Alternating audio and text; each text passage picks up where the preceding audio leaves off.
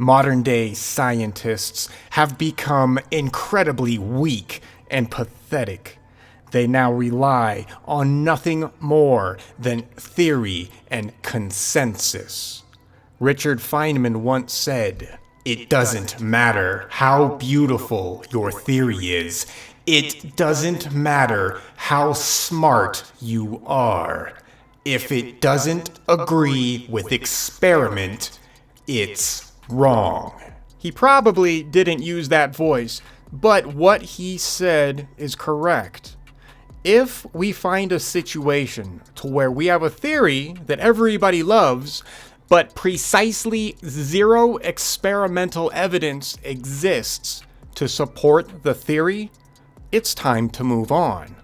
So let's be real, the theory of plate tectonics is simply a garbage theory. Now, I get it. We've all been trained in the Western world to find this theory acceptable and correct. And of course, everywhere you go, all you are ever going to find with respect to mainstream science is you're going to find that this theory is the only theory that is allowed to be discussed. Now right there, that should have been a huge red flag for anybody who claims to hecking love science.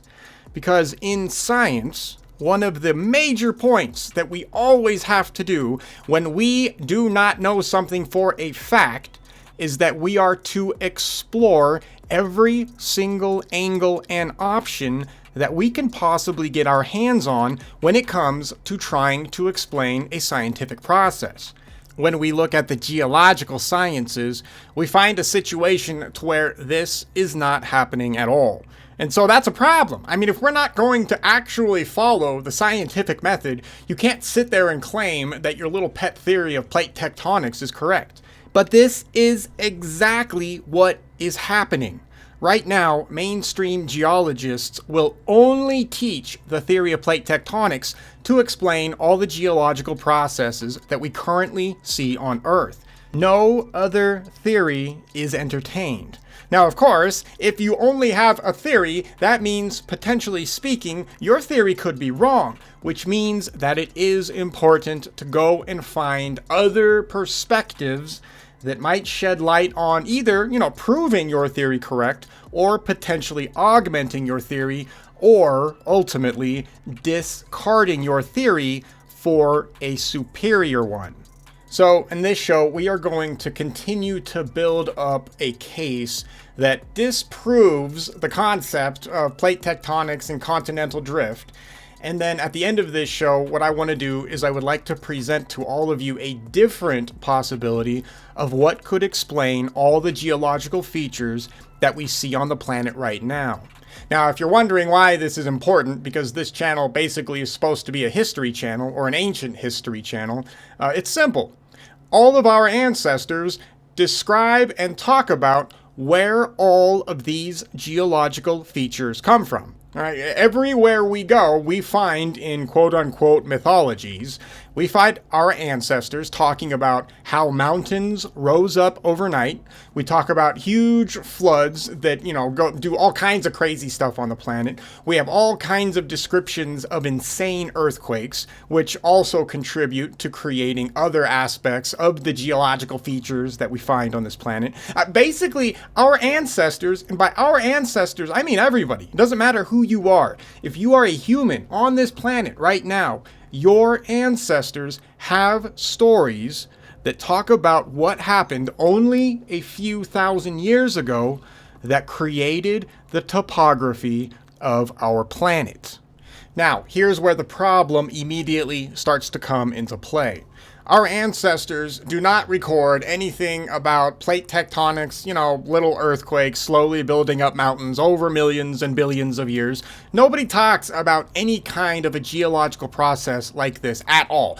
There is not a single ancient culture which has any kind of science with respect to geology that says, oh yeah, you know what, I think over 1 billion years, there's a bunch of plates floating on some magma or something, and over that time period, they kind of pull apart or smash into each other, which could either create oceans or mountains. What do you think? Nobody's doing that back in the day. We do not have a single ancient culture even attempting to theorize anything about that kind of a thing when it comes to geological processes.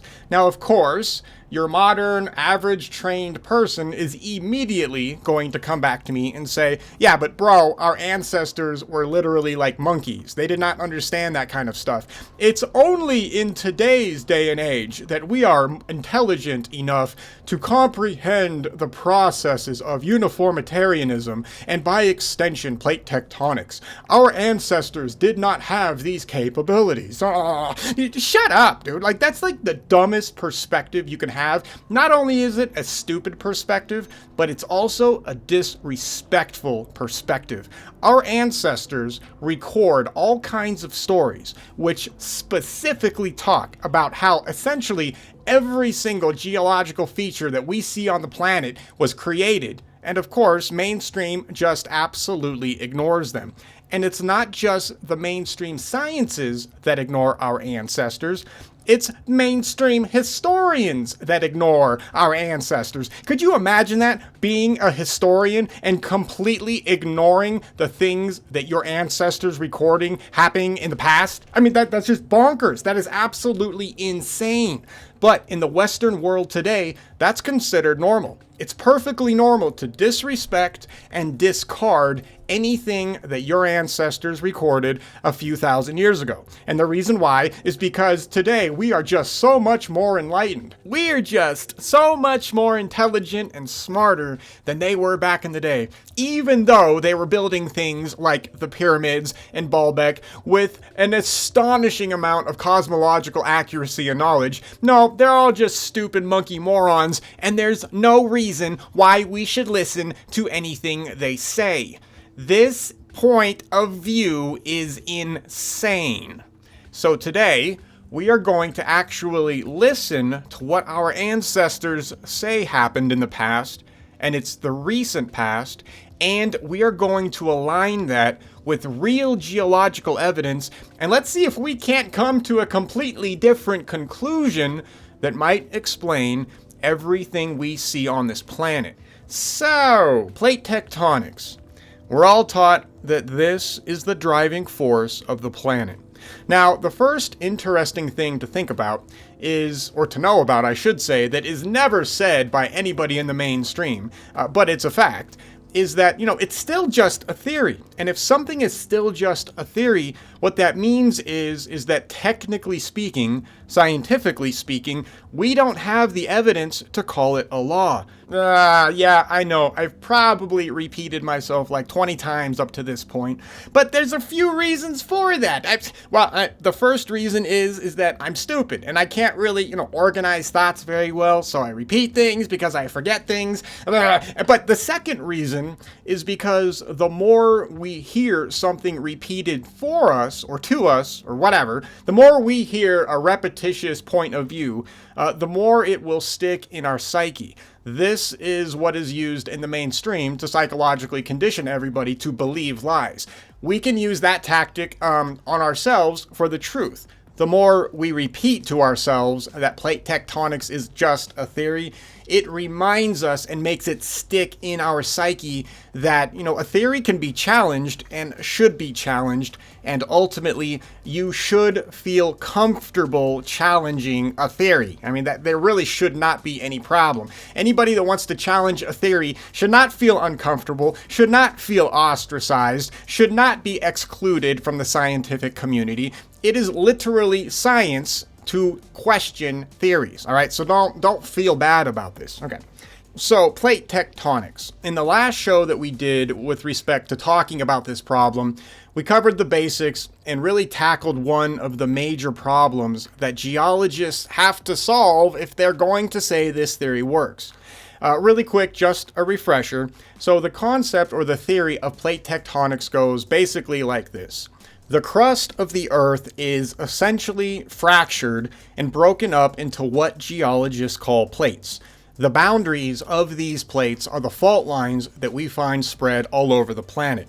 Essentially, if you look at the topography of the Earth, and you remove the oceans as well, you see a bunch of giant, fault lines running all over the planet. It's almost like stitchings on a baseball or something, right? So all of these lines denote the different fractured plates that are floating on a hot bed of liquid magma. Liquid mag, that's kind of, is that redundant? Liquid magma, you guys know. Okay, so basically, the crust of the Earth is broken up into plates. It floats on magma, and then geologists say that these plates, over time, over billions of years, they collide with one another, they pull apart from one another, etc., or, they subduct one another, blah, just all those kinds of stuff. Basically, the plates are interacting with one another to one degree or another. As the plates do this, they create the geological formations that we see on the planet. If two plates are smashing into one another, that's where mountain ranges come from. If two plates are pulling apart from one another, that would be where, say, the ocean basins come from, and etc., etc. I'm not going to belabor this crap. Anyway, you guys all know. Okay, so that's basically the theory of plate tectonics. Now, from a purely scientific perspective, there is an immediate problem that geologists have to overcome if this theory is going to work. And that's the problem of where the hell does all of the energy come from to move these plates? Right now, the way plate tectonics is taught to the general population is that, yeah, it's all good. The core of the Earth, it magically generates all this energy and heat, which heats up the rest of the planet, which, for whatever reason, only liquefies the magma layer. And then, the crust floats on top of the magma, and then it breaks from... well, we're not sure why it breaks, I guess. They don't really have a good explanation for that, do they? But anyway, there's a problem of where the energy comes from. And this is a huge issue, because remember, everywhere in existence, so far as we can tell right now, scientifically speaking, you have got to have energy to make things move. The way geologists describe plate tectonics, they basically kind of conveniently leave out this problem. And if you ask them about it, they'll just tell you, well, the core, it spins for some weird magical reason, and it generates heat, and that's where all the energy comes from. And stop asking me questions, because I'm a geologist with a degree, and I know, and you have no idea what you're talking about. That is the answer they will give you. That answer is unbelievably stupid. There is a problem with their theory immediately when we start to try and figure out how all of these plates, first of all, fractured at all. That's actually a problem as well. How do you even start the process of fracturing the Earth's crust? That is also a topic that geologists stay away from because, well, we'll get into that in a second. But the other problem, of course, is once we just assume that the Earth was fractured somehow magically, we still need a continuous driving force that makes these plates either smash into one another or pull apart or subduct or whatever, whichever plate line you're talking about. You need the energy to do that. Most people don't realize that the required amount of energy to do any of that stuff I just said is insane. This is not a simple problem. What geologists have to assume to make their theory work is they are assuming that the Earth's core generates that kind of energy. Now, in the last show, we discussed this, and we went over the facts that there is no possible way that the Earth's core can generate the kind of energy required to A, split the crust, and then B, to continuously move it while it smashes into each other. The energy simply does not exist. And this is from a scientific perspective. Geologists don't want to admit this, but we have precisely zero evidence that substantiates their claim that the Earth's core is generating energy the way they say it does. And I went over all of that in that first episode. So I'll try to remember to leave a link or... Oh, you know what? Maybe I'll try to put the video in the video here because I think you can do that on YouTube. I'll try to do that. Okay. Anyway, so there's all kinds of problems right off the bat because we have to figure out a way to get the heat being generated in the planet. We have to figure out a way to get the crust moving around somehow magically. We need a source for that. The source does not exist, so far as we can tell, at the level required to move these plates. Oh, one other thing before we go on. Yeah, I know. But I don't know if I mentioned this term in the last show. It's pretty important, actually. And what we will discuss here is another nail in the coffin for plate tectonics. But the term is mantle convection. So if you hear that, well, here. Mantle convection is essentially the continuous movement of Earth's mantle caused by the transfer of heat from the planet's interior to its surface.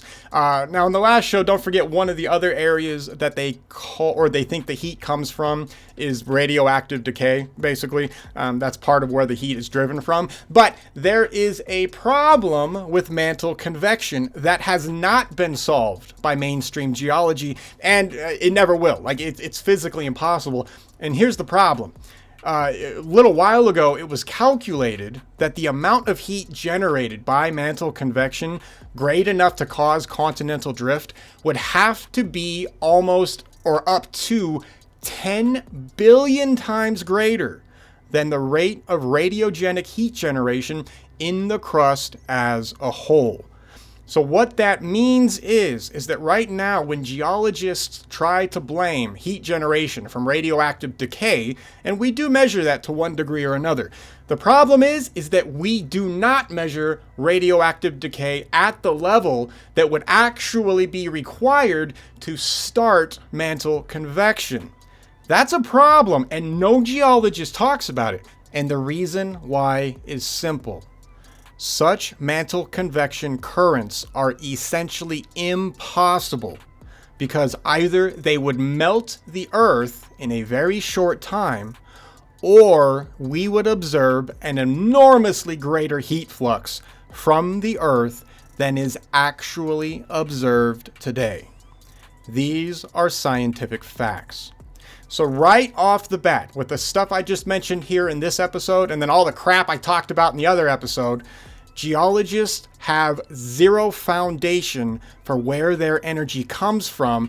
And if their theory was actually true, what would happen is that the amount of energy required to do what they say is happening, by that I mean, moving the plates around on the planet, you would actually need so much energy that the Earth itself would melt. You and I would not be listening or recording this garbage show right now, right? We'd all be lava monsters running around tickling each other and slapping each other on the butts. I mean, that's what our lives would be, but that's not happening. I'm not a lava monster because the Earth hasn't melted. These are scientific facts that geologists do not admit to. So for anybody who thinks that I'm just hating on plate tectonics because I'm a total schizo, that's not the case, is it? Because everything I've just said is real science. If you don't believe me, that's fine, but it's on you to prove everything that I've just said wrong. The problem with that is that we have no proof for any of that, and we have all proof that shows that the concept of plate tectonics right at the foundational level, the energy or heat generation level, does not work. So, if we have a situation to where one of the fundamental elements that would be the driving force for the theory is literally impossible, then why the hell is the theory still taught at all? And I'll be honest, I think we know. I'll just say it out loud because I won't hide it. In my opinion, but I think it's a fact, there are people on this planet who are well aware of what has happened in human history in the past, 5, 6, 10, 12,000 years. And it is nothing like what we are taught right now. It is in their best interest to continue to make sure that everybody on this planet is distracted by incorrect theories so that nobody can gain a grasp on their true history. If we don't ever gain a grasp on our true history, interestingly enough, we actually lose part of what it means to be human. We're seeing that happen right now in the Western world right now, aren't we? So for example, in the Western world, the media is doing everything it can to separate everybody from their past, for example, right? There is a huge divide and conquer strategy going on right now, and it's working. It's right in front of us. It's a scientific fact. There's no arguing with me. It's right there. We can't deny that it exists. Plate tectonics is just one of the many tactics being used against all of us to make sure that we are not looking for the truth, or at least not seeing the truth, even though the truth is right in front of us. Like I said earlier, our ancestors already told us what was going on in the past. They already explained all of this. Those that survived, because a lot of people didn't survive. But, our ancestors did their best to tell us what actually happened. What mainstream geology is doing right now is trying to erase all of that hard work by our ancestors. And what that does is that disconnects us from reality. What that also does is that creates a disassociative state psychologically. Once you put somebody or a society into a disassociative state, you essentially have a blank slate in which you can program that society however you would like. And that is exactly what is happening. Mainstream geologists are unwittingly doing this to their own people, and they have no idea that they are doing it. Remember, mainstream geologists are not part of some grand conspiracy. 99.9% of geologists in academia are not sitting there rubbing their hands together with an evil face thinking,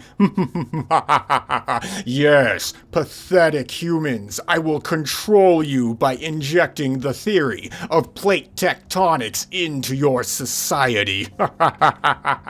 That's not happening. None of them are doing that. These guys are just doing what they've been programmed to do through academia.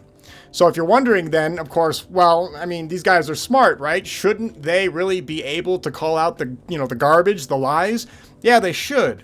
But they don't, because they have been psychologically conditioned to instead believe the lies and then, of course, reinforce the lies and then spread the lies everywhere. They don't actually know how to question their programming. And that's just a blatant fact. There's no arguing with me on that either. I can prove that in like 2 seconds if anybody ever wants to fight about that. That's what's going on. That's a testament to the strength of psychological conditioning. The game's being played right now on us by people way up top. This is no joke.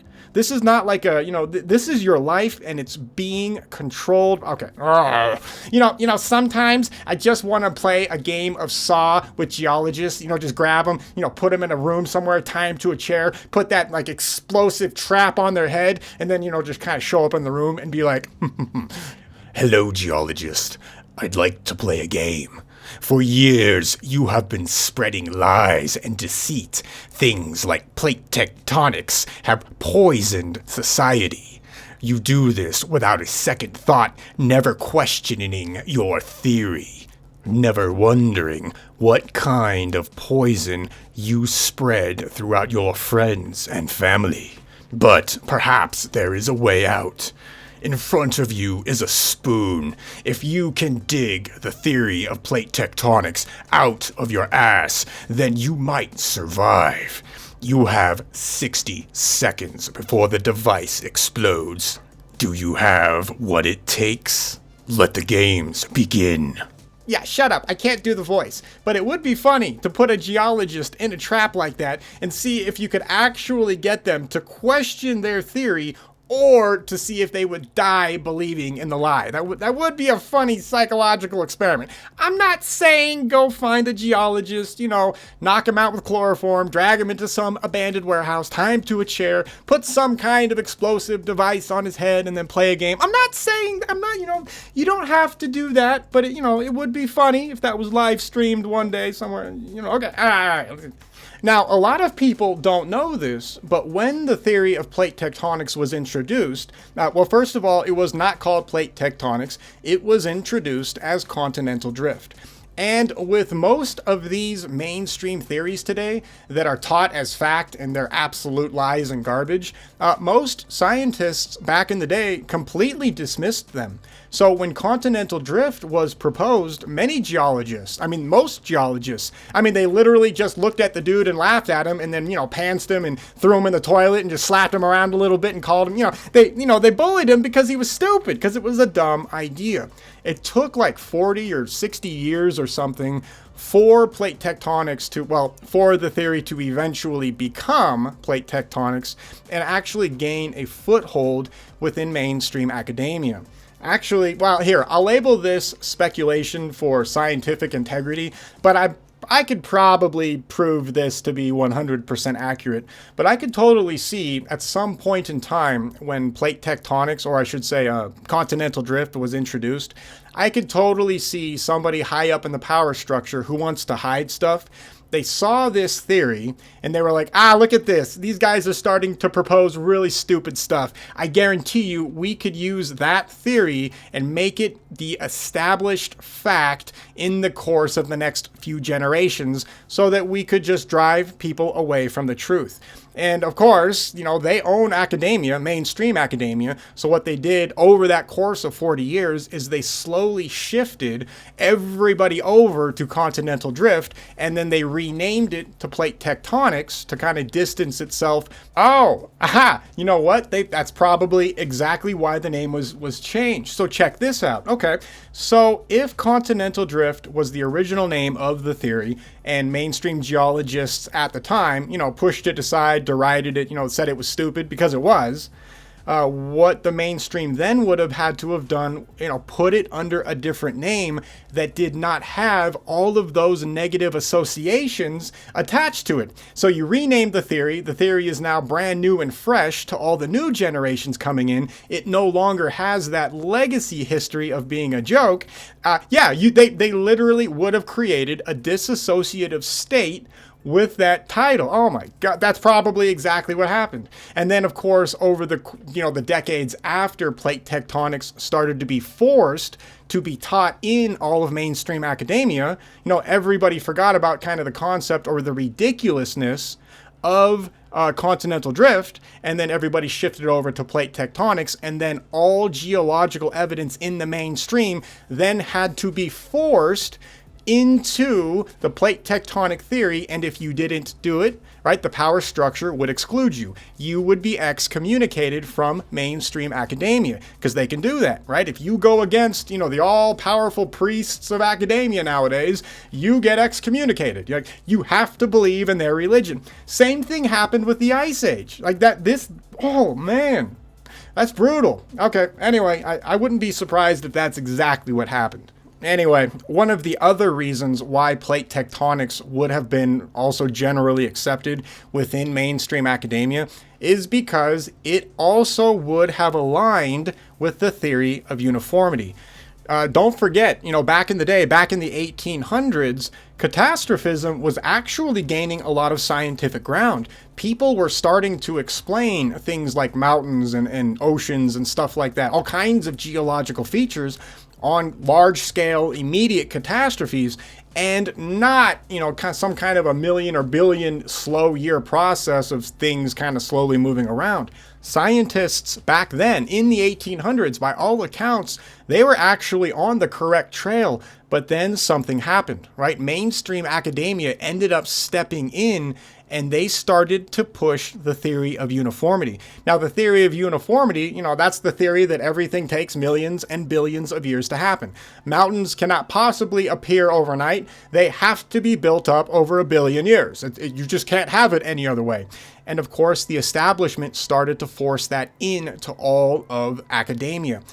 The theory of plate tectonics plays right into that MO, right? It takes millions and billions of years for the plates to slowly move around the planet and blah, blah, blah. You know, wow. It's like the establishment really is building up this complete diversionary theory that is making sure that nobody pays attention to their ancestors' past. How do you like that? Like, the corruption is right in front of us. It's not even hidden. It's right there. And everybody has been so psychologically conditioned to ignore our ancestors that we now buy into all of this unproven garbage. Everything I've just said in this show alone really should have pushed plate tectonics out of the theory range entirely, and nobody should be teaching this. I mean, the whole concept is stupid. Okay, so If plate tectonics is not real, if this theory is trash, as we've now just scientifically proved, at the very least, there's no reason to pay attention to it at the moment because we don't have the evidence to support the claims. Oh, you know another thing? Okay, here's another thing you could probably shoot back at me and say. You could probably say something like, but, I mean, they track the continents using GPS, bro. I mean, doesn't that prove that they're moving? Here, let me tell you why that's also inaccurate. Okay, it's inaccurate. Here's why.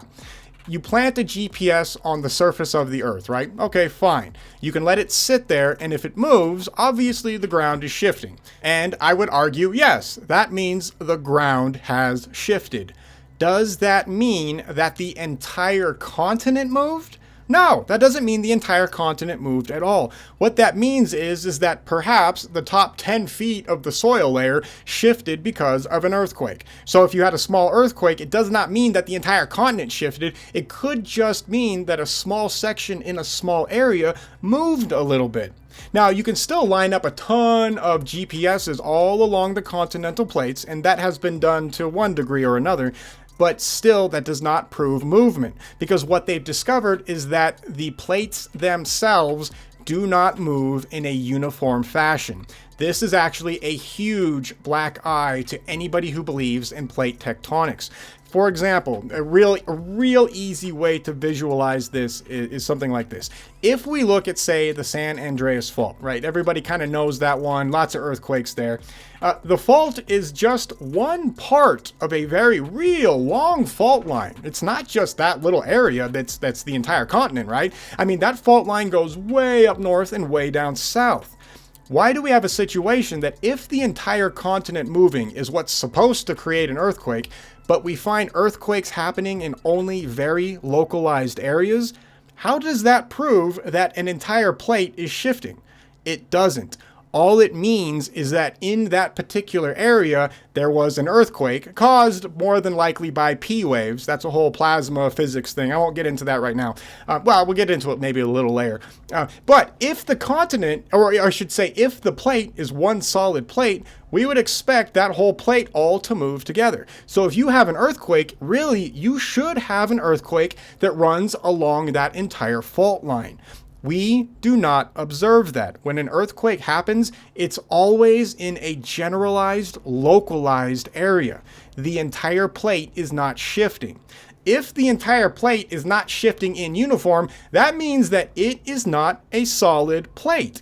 If it's not a solid plate, that completely invalidates plate tectonics, because that means it's not a plate. That just means there's a local earthquake along something they consider a plate boundary. Like that's how easy it is to disprove this crap. To go further, we can go back to the GPS situation. If you have GPSs on the surface, or if you drill them down into the ground, which I'm pretty sure they do and they should be doing, we do not have a GPS that is located at the very surface and located at the very base of the plate.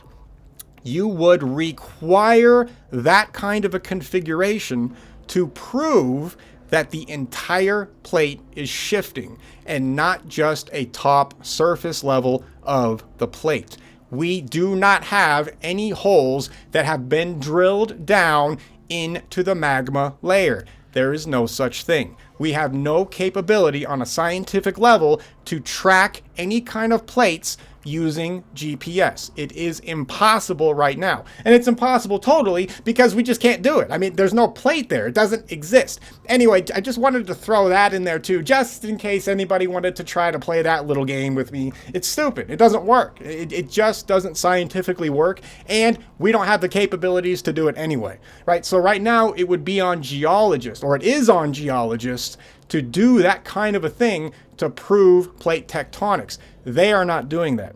They are basing their entire theory on a supposition followed by assumptions. That is the entire definition of plate tectonics, and there is no way around it. So, if plate tectonics is inaccurate, if those or that theory cannot be used to explain all of the geological features on this planet that we see, then where the hell did the ocean ridges come from? Where did the ocean basins come from? Where did these supposed fault lines come from? Where did mountains come from? Where do canyons come from? Etc., etc. Where do earthquakes come from? What is going on? Oh, another thing really quick. Here's another example of how corrupt and unbelievably messed up mainstream geology is.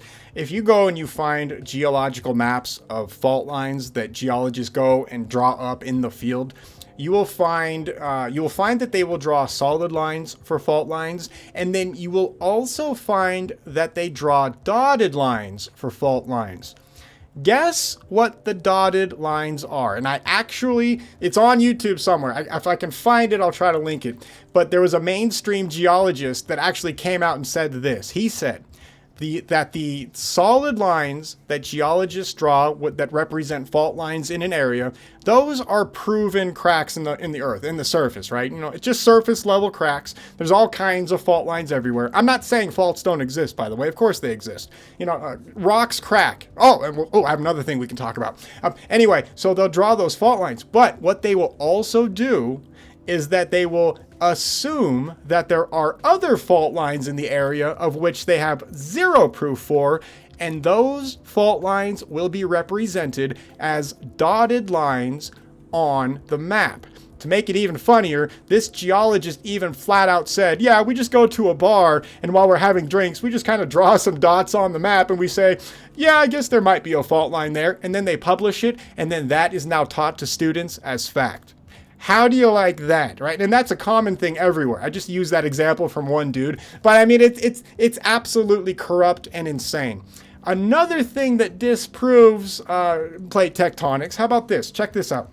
If plates are these essentially giant hunks of rock floating on magma, and we have two of these hunks of rock smashing into one another slowly, what should we expect to actually happen when those two plates hit each other? Now, right now, mainstream geologists essentially say these two plates hit each other and they force each other upwards at the fault line where they're impacting, and then nice, pretty mountains are formed. Here's the problem with that explanation. Or here, let's do a quick thought experiment. If I have you grab two rocks, hey, here's two rocks, bro, and we're going to say that these rocks each represent a plate.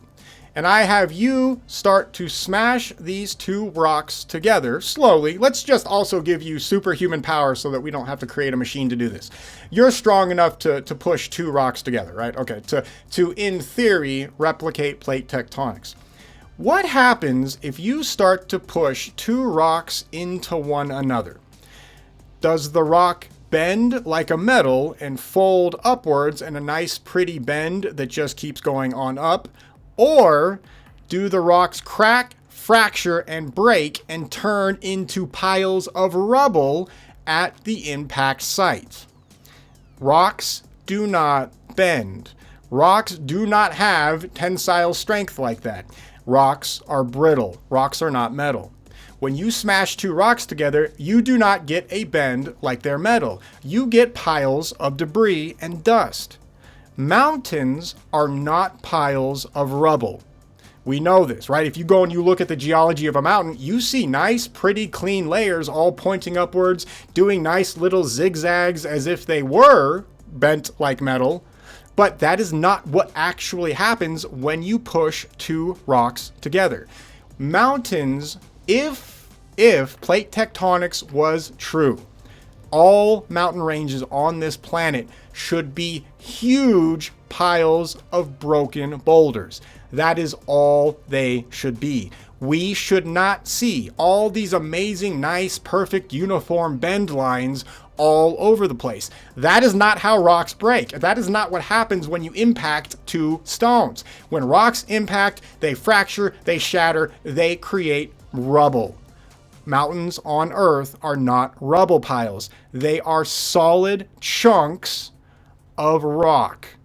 And it does indeed look like they have been bent. When you go and you look at the stratigraphy of mountains all over the world, you find those nice continuous lines. You find those nice, pretty bends. Plate tectonics cannot do that. If plate tectonics was real, all mountain ranges on this planet would simply be piles of rubble. Even more interesting when it comes to this problem, and geologists never talk about this, is the concept of erosion.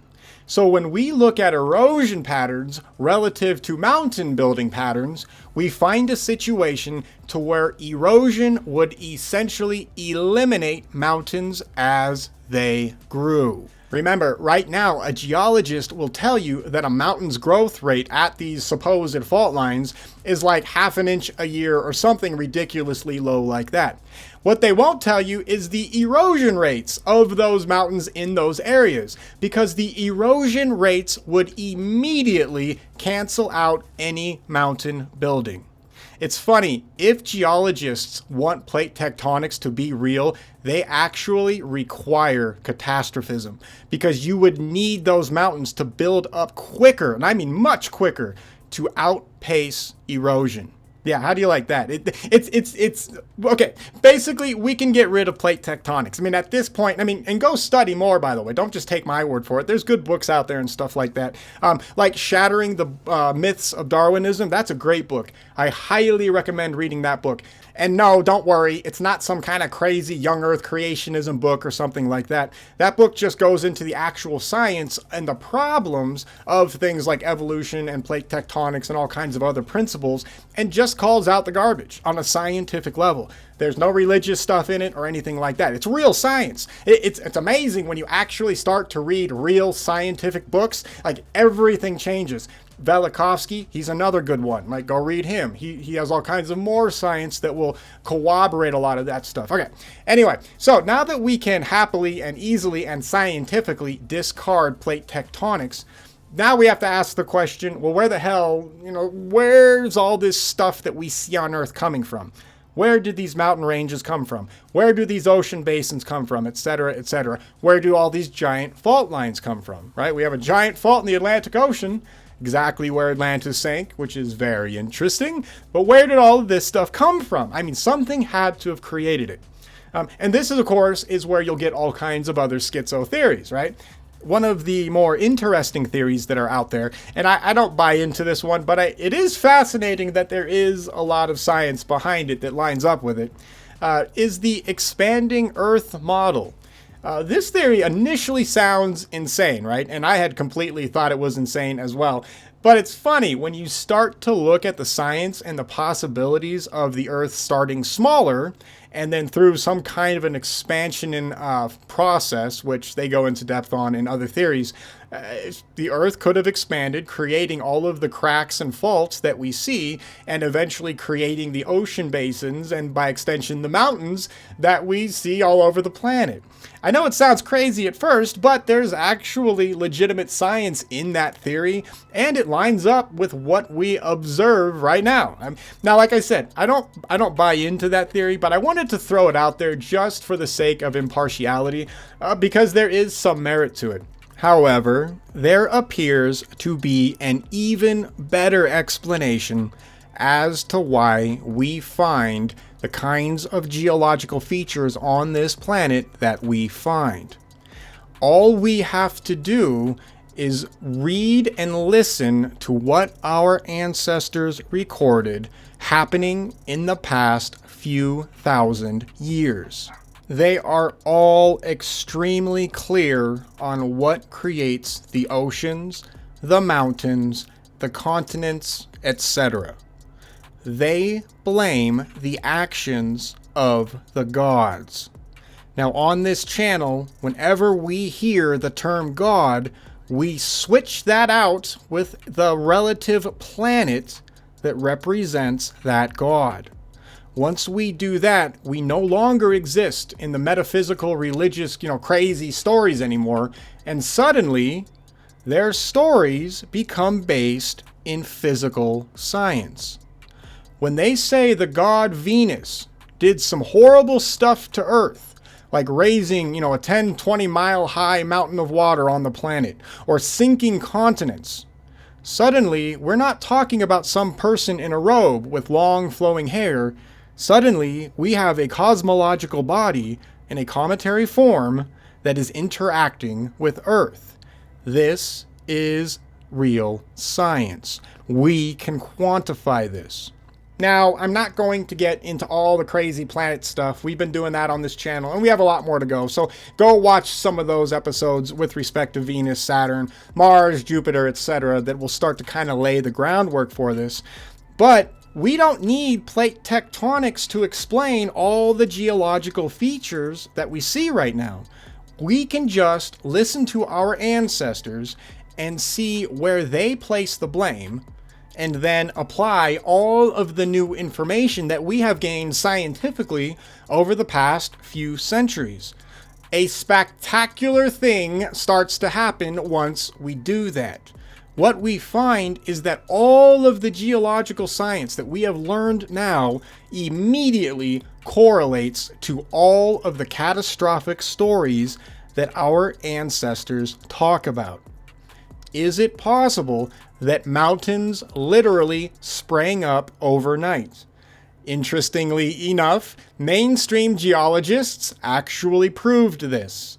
Surprisingly, what has happened in the past couple of centuries is that geologists have found tons of evidence of the youthfulness of all mountain ranges all across this planet.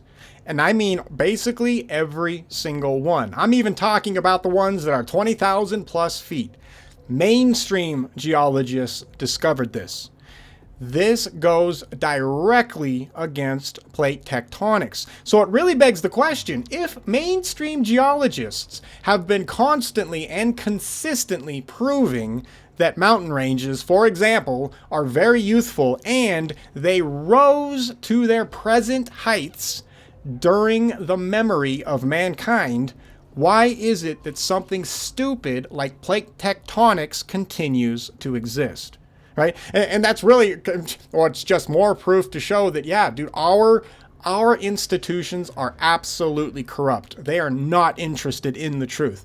These guys literally hold two hypocritical opinions. On one hand, they say mountain building takes millions and billions of years. On the other hand, all of their evidence shows that the mountain ranges that we have on this planet sprung up overnight. This is their evidence. And of course, once you take it further, the evidence gets even worse for mainstream geologists because the amount of evidence right now that shows the youthfulness of all these geological features on this planet points to something happening not millions and billions of years ago, over millions and billions of years, but literally only a few thousand years ago and overnight. That's the evidence. Like that don't argue with me. If you don't like that, don't argue with me. Go argue with all the mainstream geologists who have discovered this stuff. Right? And they don't talk about it, right? Nobody is putting two and two together in the mainstream. They just completely ignore this stuff. And they ignore it because they have to. Because they know that they have to toe a very specific line. If they don't, they are excommunicated.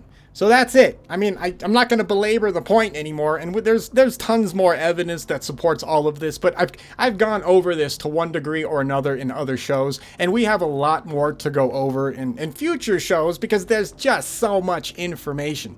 But I wanted to do this little, I don't know, segment or piece or whatever the hell this is, just so we all get on the same page and understand that the processes that we have been taught our entire life that are supposed to explain geology all over this planet are indeed wrong. There is no such thing as plate tectonics. The continents are not drifting on an ocean of magma. That is not happening. Now, on the side note, I am not going to make any claims that I know what's going on throughout planet Earth. I do not make any claim to know that I know all the layers of the planet. I do not make any claim about any of that stuff because I don't know. Like, I don't know what's going on down there. And guess what? Neither do mainstream geologists. The difference between me and a mainstream geologist is that I'll tell you that. Whereas a mainstream geologist will pull out their little layered picture and say, oh yes, we know all of the layers. We know this perfectly, blah, blah. Shut up. Like, they don't know any of that stuff. That is all supposition based on assumptions used to generate their theory. You know, to drive this point home even further, and then I'll let you guys go. It's funny. I was doing some research on Venus. And one of the things I accidentally ran into with respect to geology on the planet Venus is that geologists apparently know everything there is about all the layers of the planet Venus. They already know exactly what the core of Venus is made of. They have diagrams of the entire planet. How the hell do they know that? They don't.